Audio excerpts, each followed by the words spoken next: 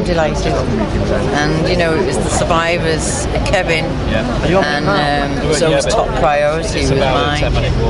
But I used to think they've done this to Kevin, they've done it to the other 95, and always a big part of me was to get justice for the poor survivors. You know, they were getting the blame because I'd watched all the videos in the early days and saw what those fans did, and obviously I tracked all the fans down that helped Kevin, and only for the Liverpool fans would have lost so many more at Hillsborough.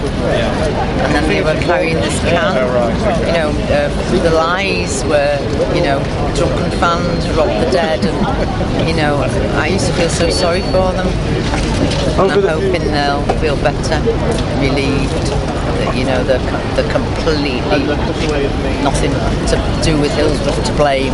They need medals. They did. What would you say to the Liverpool fans that have campaigned, they've never said no? I mean, I remember when I first met you 7 years ago, this was a distant dream that we're here today, and you know, it's a great thing for the city of Liverpool. No one ever gave up, did they? No, and we had the city behind us, and that helped me, knowing that, you know, people believe me, even though I was fighting the judicial system. You know, you're up against the system, so you don't stand a chance. But what kept me going was the support out there, you know, from supporters clubs all over the world, and it always kept me going.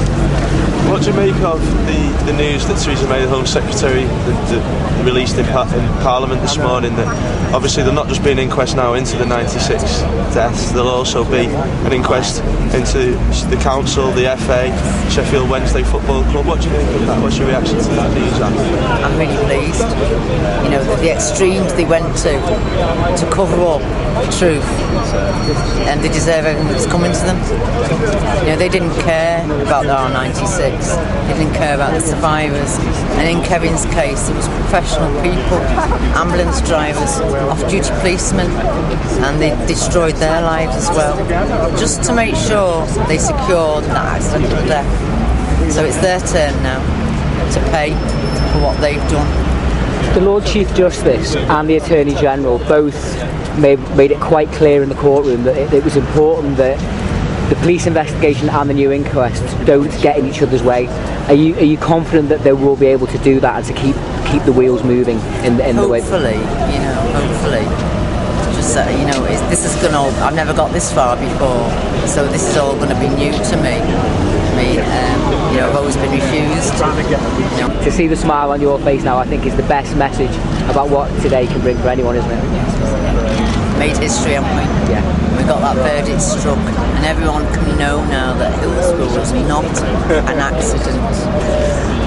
And the other final thing to say is that today is fantastic, but it is not the end. This is just the next stage of the process that will hopefully see real, tangible justice for everyone who deserves it. Yes, that's what.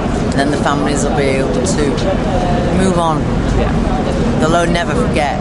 Move on. Get Hillsborough out. We've had to deal with mourning our children, and Hillsborough, we've had two issues all the time.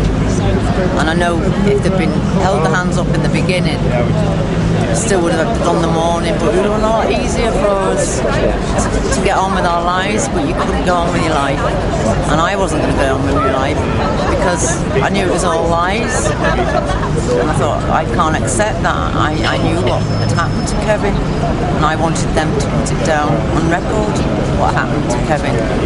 Well, you've inspired a city, and maybe that's one of the biggest legacies of Hillsborough.